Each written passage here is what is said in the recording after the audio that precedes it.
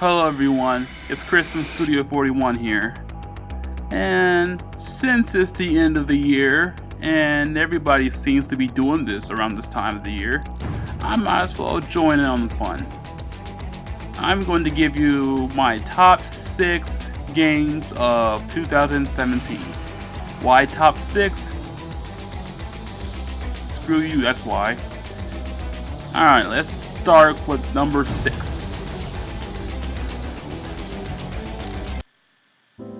I've been seriously debating on whether or not I should add this on my list because I have not beaten the game yet. I've only been playing for a couple of weeks due to me buying this last minute. Like, I bought it when it was on sale on Black Friday, and all I can really say so far, I'm really enjoying the story and I love the gameplay. So yeah, if you want to hear more of my thoughts once I've beaten the game, I'll probably review the game. So yeah, that's why it's so low on the list. Who knows, when I actually play the full thing, I might change my opinion. Like, who knows, it may be better than any other game on this list, or one of them. It could be even the complete opposite. At the time of this recording, I still haven't beaten this game, but here's what I have to say about it so far. It was a blast to play. It feels and plays like the original Sega Genesis Sonic games. And don't get me started on the music. The music is amazing. It's one of my favorite soundtracks of this year. It's only second to another game on this list. More on that later. The only problem I have with this game is there's too many old levels. And I know what you're about to say. They do a different spin on the levels. I mean, yeah, but it's not that much different from the original levels. And that's why this game is lower on the list. It's a blast from the past, basically. It's just not the best game ever, like everybody else says it is. After the amazing conclusion that is Uncharted 4, I was satisfied with Uncharted at the time. At least the story starring Nathan Drake, that is. I was, however, open to the idea of spin-off games starring other characters in the Uncharted universe, and that's exactly what I got. This game stars Chloe Frazer from Uncharted 2 and 3. And for some reason she wasn't in Uncharted 4, but oh well. And it also stars Nadine Ross from Uncharted 4. Okay. This game is really good, but it's like somewhere in between Uncharted 2 and 3. It's not as good as Uncharted 4, but it's a nice entry into the Uncharted universe. While I'm glad that this game got the praise that it did, but I also think that this game was also really cheated this year. I found this game to be 100 times more immersive, interesting, and a better open world game overall. Yes, I found it better than The Witcher 3. Yes, I know that may be a bit controversial to say to some, but that's how I feel. I don't really like The Witcher 3, and I found this game to be a better game overall. What do I like about this game, you ask? Let's start with the visuals. This game is beautiful. I can actually say that this game looks better than Uncharted 4. I never thought I'll ever say that, because I thought Uncharted 4 was like the pinnacle of graphics right now. Because it doesn't matter what kind of powerhouse system you have or PC that you have. It's about talent. You can have a powerful console, then your game looks like crap, all that matters is that there's talent behind the games. So you don't need an Xbox One X, you don't need a powerful gaming PC to have great visuals. You just need talented developers. And like I said earlier, this game is really immersive. I've never ever been so captivated through this whole world that they give us. It's not too big, it's not too small, it's not very spacious as other open world games are. Skyrim, in Witcher. Sorry, I'm not even sure if I did that right, but who cares? I would talk about the story, but I like the story too. It's nothing to write home about, but it's a overall enjoyable story. And the combat, oh my goodness. I've never felt so into the gameplay in a game ever in my life. I think the only other game that made me feel that way was Uncharted. Any of them, actually. Yes. I'm probably gonna save more of my thoughts on this game when I eventually review it later, maybe when I have time. I'll get to it. Don't worry about it. It'll just take me some time.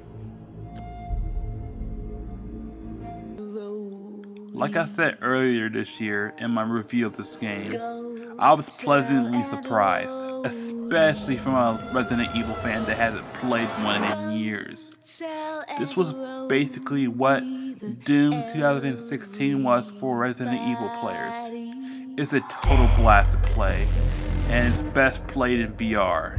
And by the way, the Not a Hero DLC is what Resident Evil 6 should have been. Just saying. And it's also how you implement story DLC into a game. Square Enix, Final Fantasy 15. Yeah, I'm talking to you. But if you want to have a lot of fun in this game, and you're looking for a challenge, play this game in Madhouse difficulty. This game becomes a totally different game than it was before in normal and easy difficulty. It will make you want to rip your hair out, and it's also awesome too. Yeah. Just get ready to die if you ever decide to. You can unlock it by just beating game ones on the easier difficulties. But yes, overall, this is a welcome, well return for the series, and I cannot wait for Resident Evil 8. World domination. Before we get to the number one spot, let's take a look at my honorable mentions.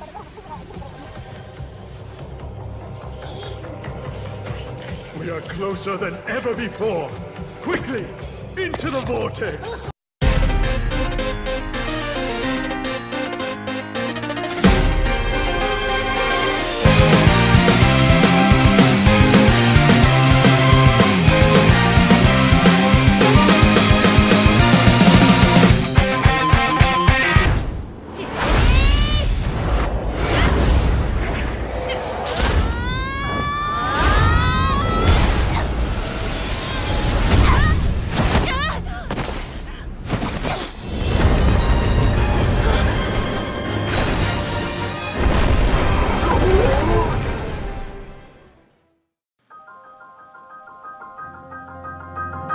And now, for my number one game of this year.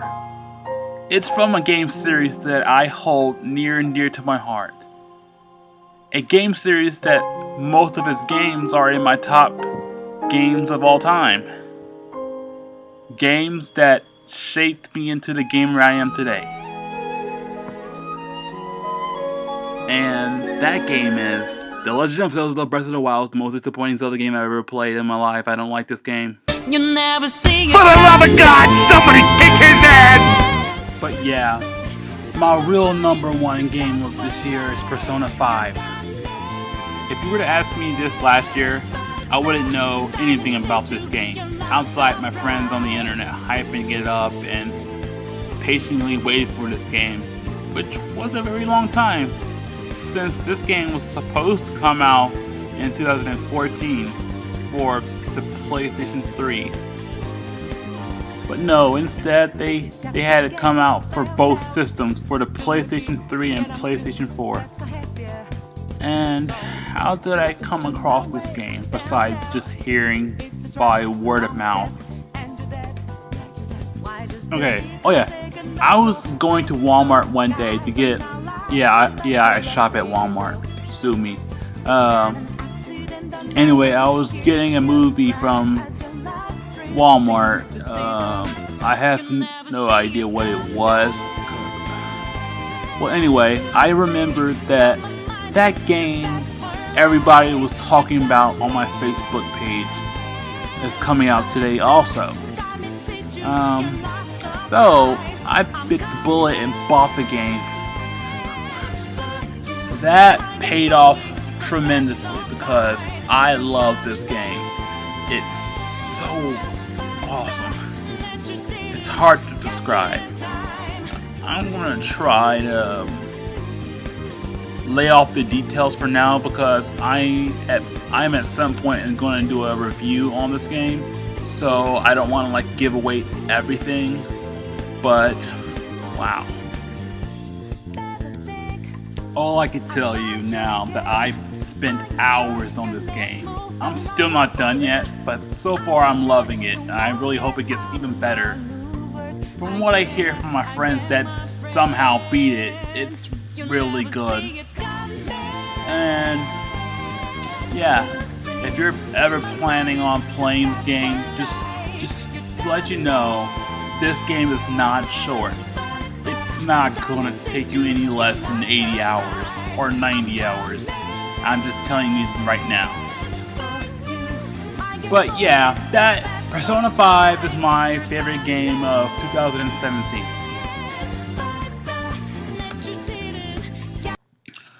Well, those are truly my favorite games of the year. I realize this list is very controversial and unusual, but that's how I truly feel about those games. Those are my favorite games. Yeah, it's not your typical list of this year. So, I know the comment section is gonna be blowing up or just going wild. And there's that. Happy New Year's. And hopefully 2018 will bring us even more good games.